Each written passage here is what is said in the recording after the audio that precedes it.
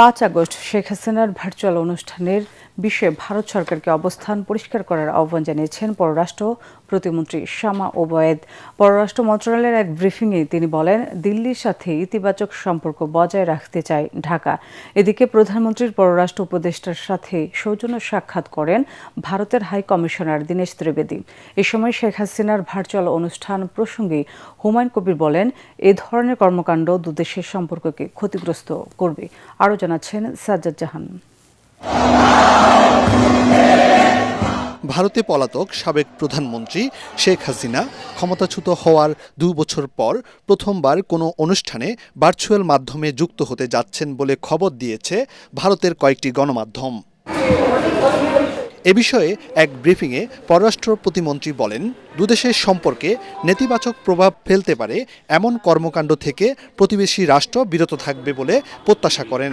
বাংলাদেশের অবস্থা অস্থিতিশীল করার জন্য তারা কোনো ষড়যন্ত্রমূলক কাজে লিপ্ত থাকবে, সেটা যদি তারা করে সেটা তো অবশ্যই ভারত বাংলাদেশের যে সম্পর্ক আমরা আরও চাই যে আমরা উন্নত হোক। আপনারা দেখেছেন সেই দিনই ভারতে নিযুক্ত আমাদের এখানে হাই কমিশনের নতুন হাই কমিশন তিনি এসেছেন। যদি আমরা প্রয়োজন মনে করি সরকার সেটা ওনাদের সংশ্লিষ্ট পররাষ্ট্র মন্ত্রণালয়ের সাথে আমরা যোগাযোগ করব, সেই ডিপ্লোম্যাটিক চ্যানেলে হবে।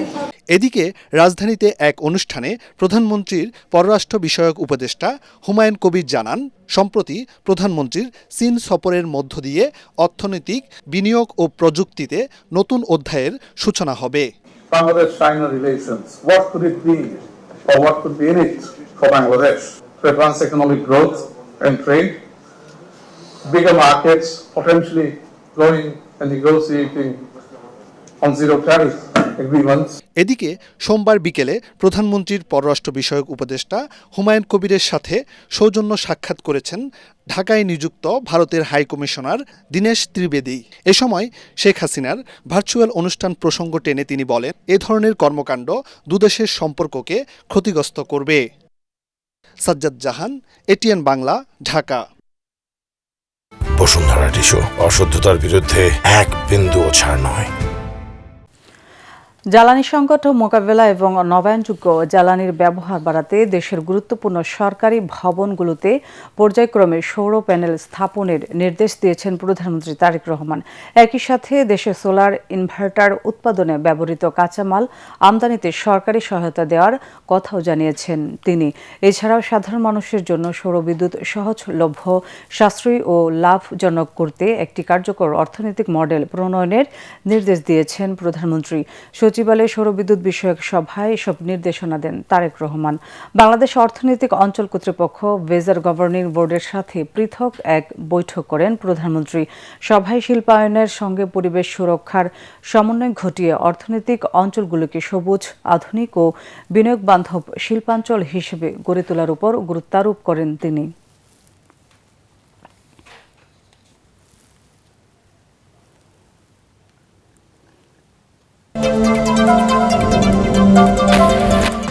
বিরোধী দল ফ্যাসিস্ট শেখ হাসিনার মতো আচরণ করছে বলে মন্তব্য করেছেন স্থানীয় সরকার মন্ত্রী মির্জা ফখরুল ইসলাম আলমগীর।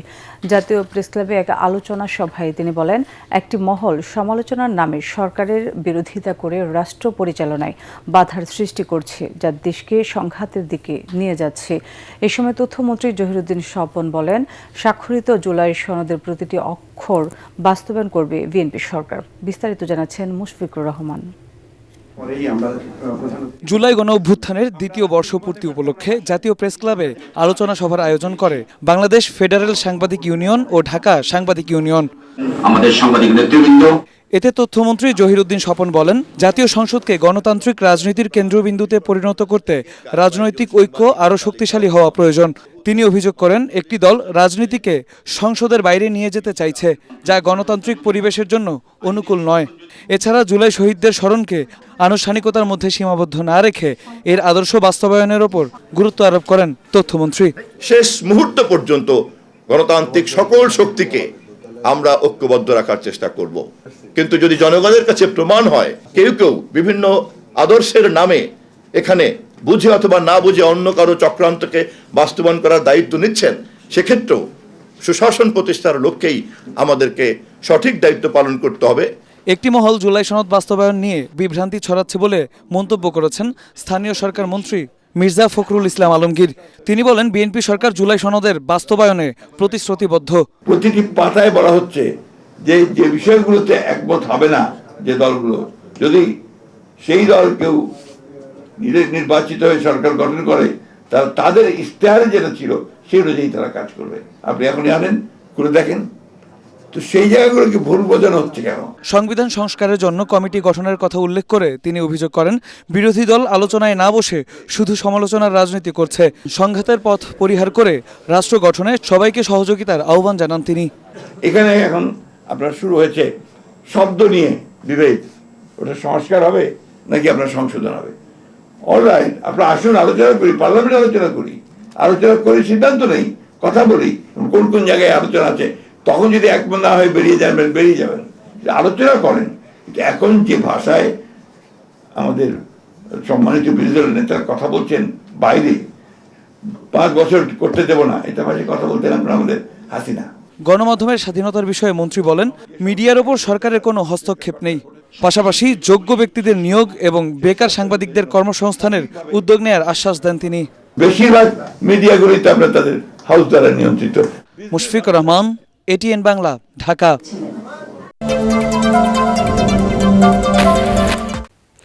জুলাই সনদ বাস্তবায়ন না হলে জনগণকে সাথে নিয়ে রাজপথে চূড়ান্ত ফয়সালার হুঁশিয়ারি দিয়েছেন জামাতে ইসলামীর সেক্রেটারি জেনারেল মিয়া গুলাম পরওয়ার। রাজধানীতে এক সমাবেশে তিনি হুঁশিয়ারি দেন। এই সময় জামাত নেতারা বলেন, ডিসেম্বরের মধ্যে সনদ বাস্তবায়নে ব্যর্থ হলে সরকারের পতন ঘটানো হবে। এদিকে আরেক অনুষ্ঠানে মিয়া গুলাম পরওয়ার বলেন, সংবিধানের ভুল ব্যাখ্যা দিয়ে বিরোধী দলকে দমন করছে সরকার।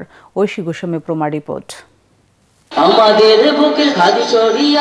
জুলাই গণঅভ্যুত্থানের দ্বিতীয় বর্ষপূর্তি উপলক্ষে রাজধানীর যাত্রাবাড়ির কাজলায় সমাবেশ করে জামায়াতে ইসলামী। এতে অংশ নেন জুলাই আন্দোলনে আহত এবং নিহতদের স্বজনরা। যদি উনি এটা না মানে তাহলে আমরা আবার রাজপথে নামতে বাধ্য হব। সমাবেশে নেতারা অভিযোগ করেন, বিএনপি জুলাই আন্দোলনের অঙ্গীকার থেকে সরে গেছে। হয় সংস্কার করেন, না হয় 5 বছরে ক্ষমতায় থাকার স্বপ্ন বাদ দিয়ে আগামী 5 মাসের মধ্যে কোথায় পালাবেন তার রাস্তা আবিষ্কার করুন। গণভোটের রায় যারা মানে না তাদেরকে জনগণের সরকার বলা যায় না। এ সময় জামায়াতে ইসলামীর সেক্রেটারি জেনারেল বলেন, জনগণের প্রত্যাশা বাস্তবায়নে সরকার ব্যর্থ হলে দায় স্বীকার করে ক্ষমতা ছেড়ে দেওয়া উচিত। প্রথম 5 মাসেই যখন একজন মন্ত্রী দলের মহাসচিব বলেন আমরা কিছু পাল্টাইতে পারি নাই, ব্যর্থতার দায় নিয়ে বিদায় নেন, জুলাইয়ের রক্তের সনদকে মেনে নিয়ে আমরা গণভোটের রায় কার্যকরে নতুন সরকার আমরা গঠন করব।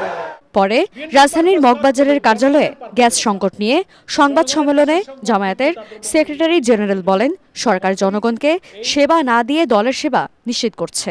দলীয়করণের সর্বনাশা পথে হেঁটে আবার ফ্যাসিবাদের সেই পথ যেন বর্তমান সরকার না ধরে, সেখান থেকে ফিরে এসে জনগণের দুঃখ কষ্টের দিকে নজর দেন। জনজীবনে দুর্বিষহ হয়ে ওঠায় গ্যাস সংকটকে আপনারা নিরসন করুন। নাগরিক অধিকার আদায়ে জনগণকে ঐক্যবদ্ধ থাকারও আহ্বান জানান গোলাম পরওয়ার। লুটপাট দুর্নীতি কমিয়ে এক্ষেত্রে আপনারা অর্থ বিনিয়োগ করুন। ঐশী গোস্বামী প্রমা, এটিএন বাংলা, ঢাকা। জনগণের প্রতি